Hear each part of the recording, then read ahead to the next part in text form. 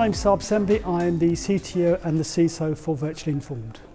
I think the difficulties isn't necessarily a single challenge for all organisations. It depends on the industry you're in, the sector you're in.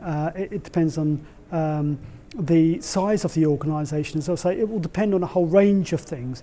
However, when people normally talk about cyber-physical, what tends to happen is there's a view that they're talking about those organisations that work in the energy sector or this critical national infrastructure or part of it. What sometimes people do forget is that when you're looking at cyber-physical attacks can be to buildings, and everyone, whether you work and provide services to the critical national infrastructure or you work in energy or any of those industries, you do still have a building.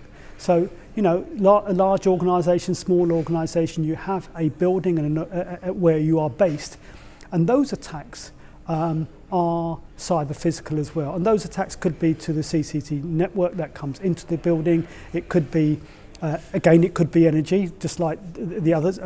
It could be almost anything to do with the building itself and the technology that's there to secure and safeguard those that are in it.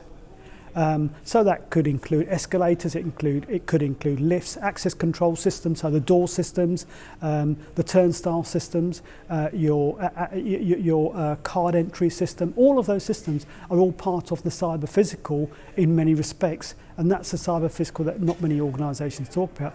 And the challenge there will vary from organisation to organisation. One of the biggest challenges, unfortunately, still to this day, is that the cyber security people and the physical security people don't always see eye to eye or work together constructively to manage the security of the organisation. Some organisations are far more advanced where the teams do work in a converged way and they view security risk from a single perspective.